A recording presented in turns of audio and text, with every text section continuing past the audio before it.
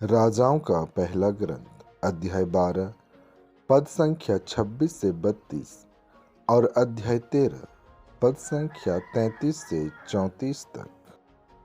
यरोबाम ने अपने मन में यह कहा, मेरा राज्य फिर दाऊद के घराने के अधिकार में आ जाएगा। यदि वह प्रजा प्रभु के मंदिर में बलि चढ़ाने के लिए यरूशलेम जाती रहेगी, तो उसका हृदय उसके स्वामी यूदा के राजा रहबाम की ओर आकर्षित हो जाएगा।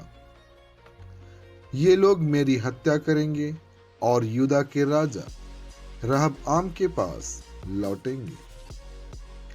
इस बात पर विचार करने के बाद राजा ने सोने के 2 बछड़े बनवाए और लोगों से कहा, तुम लोग बहुत समय तक यरूशलेम जाते रहे। इस्राएलियों, यही वे देवता हैं जो तुम लोगों को मिस्र से निकाल लाए। उसने एक मूर्ति बेतेल में स्थापित की और दूसरी मूर्ति दान में। यह लोगों के लिए पाप का कारण बना, क्योंकि वे उन मूर्तियों की उपासना करने के लिए बेतेल और दान जाया करते थे। राजा ने पहाड़ियों पर भी पूजा स्थान बनवाए और उनके लिए जनसाधारण में ऐसे लोगों को पुरोहित के रूप में नियुक्त किया जो लेवी वंशी नहीं थे। यरोबाम ने 8वें महीने के 15वें दिन एक पर्व का भी प्रवर्तन किया, जो यूदा में होने वाले पर्व के सदृश था। उस अवसर पर उसने अपने द्वारा बेतेल में स्थापित वेदी पर उन बछड़ों की बलि चढ़ाई जिन्हें उसने बनवाया था। उसने पहाड़ियों पर बनवाए पूजा स्थानों के पुरोहितों को बेतेल में नियुक्त किया। फिर भी यरोबाम ने अपना पापाचरण नहीं छोड़ा। वह पहाड़ी पूजा स्थानों के लिए जनसाधारण में से पुरोहितों को नियुक्त करता जाता था। जो भी चाहता था, यरोबाम उसका किसी पहाड़ी पूजा स्थान के पुरोहितों के रूप में अभिषेक करता था। यही यरोबाम के घराने के लिए पाप का अवसर बना और यही कारण है कि आगे चलकर उसके राज्य का पतन हुआ और पृथ्वी पर से उसका अस्तित्व मिटा दिया गया।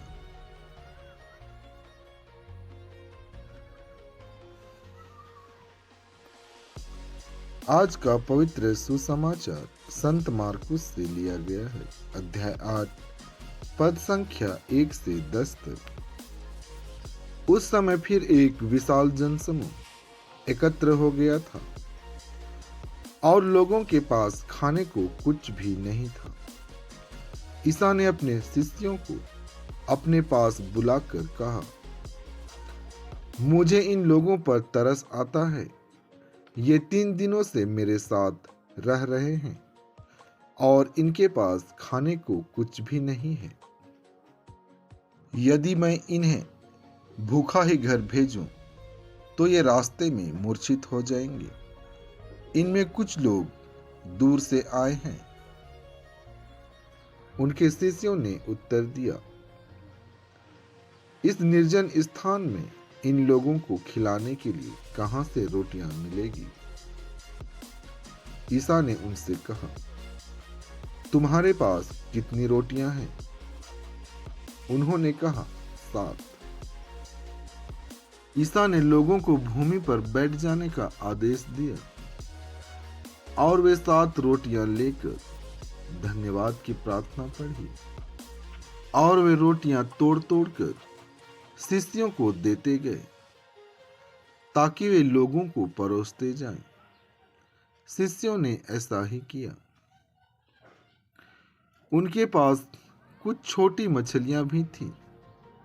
ईसा ने उन पर आशीष की प्रार्थना पढ़ी और उन्हें भी बांटने का आदेश दिया। लोगों ने खाया और खाकर तृप्त हो गए और बचे हुए टुकड़ों से 7 टोकरे भर गए। खाने वालों की संख्या लगभग 4000 थी। ईसा ने लोगों को विदा कर दिया। वे तुरंत अपने शिष्यों के साथ नाव पर चढ़े और दलमनुथा प्रांत पहुंचे। आमीन।